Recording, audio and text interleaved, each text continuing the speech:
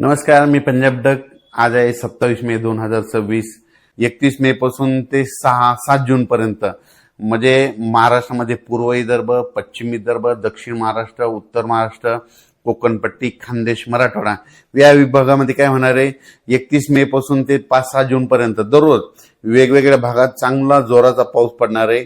काही काही ठिकाणी ओढे नाले वाहणारा पडणार आहे, काही काही ठिकाणी रिमझिम पडेल, काही काही ठिकाणी विजेच्या कडकासह पण जिल्ह्यात मात्र खूप ठिकाणी पावसाची हजेरी लावणार आहे. म्हणून हा अंदाज सर्व शेतकऱ्यांनी लक्षात द्यायचा, म्हणजे 6 जून पर्यंत. त्याच्यानंतर काय होणार आहे, 7-8 जूनच्या नंतर परत मोसमी पाऊस येणार आहे, म्हणजे 8-7-8च्या नंतर मान्सूनचा पाऊस येणार आहे. मग हे पाऊस पडल्यानंतर आणि ते पाऊस आल्याच्या नंतर मग ज्यांच्या शेतामध्ये एकीच जर झाली तर तुम्ही तुमचा पेरणीचा निर्णय घेऊ शकता. कारण की राज्यामध्ये यावर्षी म्हणजे हे 2026 खूप चांगलं असं मान्सूनसाठी पोषक वातावरण आहे. नसतं इतकं पोषक वातावरण नसतं. पाऊस एकदा येतून लगेच पुन्हा निघून जातो, पुन्हा येतच नाही. पण यावेळेस काय होईल की जून लागतात, म्हणजे 31 मे पासूनच काय होणार आहे, बऱ्याच ठिकाणी पूर्व मोसमी कुठं मान्सूनचा पाऊस, बऱ्याच ठिकाणी काय होणार, मान्सून पूर्व पाऊस दाखल होणार आहे. काही काही ठिकाणी असं वाटेल की तुम्हाला पेरणी करावं इतकं काय, असं म्हणजे तुम्ही संभ्रम अवस्थेत पडता. म्हणून हे देखील तुम्ही सर्व शेतकऱ्यांना लक्षात द्यायचं. माझी सगळ्यांना विनंती आहे, तुम्ही काय करा, आजच्यानं कंप्लीट 27 मे पासून आजपासून कंप्लीट 11 दिवसा पाऊस आलेला आहे. शेतीची मशागत करून घ्या. म्हणून हे अंदाज सर्व शेतकऱ्यांना लक्षात द्यायचा. त्याच्यानंतर आज 27 मे पासून देखील ना राज्यामध्ये 27, 28, 29, 30च्या दरम्यान देखील राज्यामध्ये विखुरलेल्या स्वरूपात वेगवेगळ्या भागात पाऊस पडणार आहे. हे सर्व अवकाळी पाऊस पडणार, अवकाळी पाऊस असतो, सगळीकडे पडत नसतो, पण विखुरलेल्या स्वरूपाचा हे आणखीन 30 मे पर्यंत असाच अवकाळी पाऊस आहे. म्हणून हे देखील लक्षात द्यायचं. पण 31च्या नंतर 31 मे ते 1, 2, 3, 4, 5 जून पर्यंत बऱ्याच ठिकाणी चांगला पूर्व मोसमी पाऊस बरसणार आहे. म्हणून हे देखील लक्षात घ्यायचं. आणि त्यानंतर लगेच 7-8 जूनच्या नंतर लगेच मान्सूनचा पाऊस यायला आणि मान्सूनसाठी खूप पोषक वातावरण आहे. म्हणून हे अंदाज लक्षात घ्यायचा.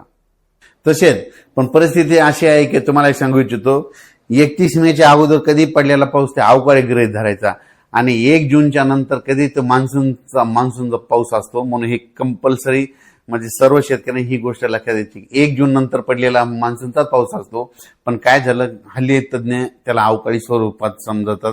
म्हणून हे देखील तुम्हाला सांगू इच्छितो, जे पुढे आलेलं जे बाष्प आहे म्हणजे मान्सून निघतात, तर एखाद्या दिवस तुम्हाला सांगतो की संपूर्ण पाऊस एखाद्या सगळीकडे दाखल होत नसतंय, पण काही काही बाष्प असतात, जे बाष्प असतं ते पुढे येतं, कोणत्या शॉर्टकट मार्गाने येतं, त्याच्यामुळे ते पडतंय. पण त्याला लोक काय म्हणतात, अवकाळी म्हणतात. पण तुम्हाला सांगतो 1 जून नंतर पडलेला कधी पाऊस हे मान्सूनचा गृहीत धरायचा. म्हणून हे देखील सर्व शेतकऱ्यांना लक्षात द्यायचं. 31 मे पासून 31 मेच्या अगोदरचा संपूर्ण पाऊस अवकाळी स्वरूपाचा गृहीत कधी पण धरायचा. पण राज्यात मात्र मान्सूनसाठी खूप पोषक वातावरण आहे. म्हणून तुम्ही तुमच्या सर्वप्रथम शेतीची कामे करून घ्या. पावसाचं काम करीन, त्याच्यामुळं ते याच्या अगोदर आपण आपले कामं करून घेण्यासाठी सर्व शेतकऱ्यांनी तयारी ठेवावी. यावर्षी मात्र मान्सूनसाठी खूप पोषक वातावरण आहे. जूनच्या काही भागामध्ये पहिल्या आठवड्यात देखील ना पेरण्या चालू झालेल्या दिसतील, काही भागामध्ये दुसऱ्या आठवड्यामध्ये पेरण्या होतील आणि काही याच्यातून काही जर शेतकरी उरले आणि ज्यांच्या कोणाचे वापस नसेल, काही नसेल, तर ते जूनच्या शेवटच्या आठवड्यात पेरण्या होतील. पण यावर्षी मात्र पेरणीसाठी पहिला आणि दुसऱ्या आठवड्यामध्ये मान्सून येणार, पण त्याच्यामुळे चांगलं वातावरण आहे. म्हणून हे देखील सर्व शेतकऱ्यांना लक्षात द्यायचं आणि आपण आपल्या शेतकऱ्यांनी शेतीची कामे करून घ्यायची. तेलंगणातल्या सर्व शेतकऱ्याला सांगू इच्छितो की तुमच्याकडे देखील मान्सूनचा पाऊस खूप चांगला जोरदार बरसणार आहे. म्हणून तुम्ही तुमची शेतीची कामे करून घ्या. त्याच्यानंतर आंध्र प्रदेश आणि कर्नाटकच्या शेतकऱ्याला सांगू इच्छितो, तुमच्याकडे देखील खूप जोराचा पाऊस पडणार आहे. म्हणून तुम्ही शेतीची कामे करून घ्या. पण राज्यात मात्र 1 जूनच्या नंतर चांगलं पावसाळी वातावरण तयार होणार आहे. पावसाळी वातावरण तयार झाल्याच्या नंतर आपल्यालाच कळतं पेरणी म्हणजे जमिनीमध्ये ओल गेल्याच्या नंतर पेरणी करायची का नाही हे तुम्ही तुमचं ठरवायचं असतं.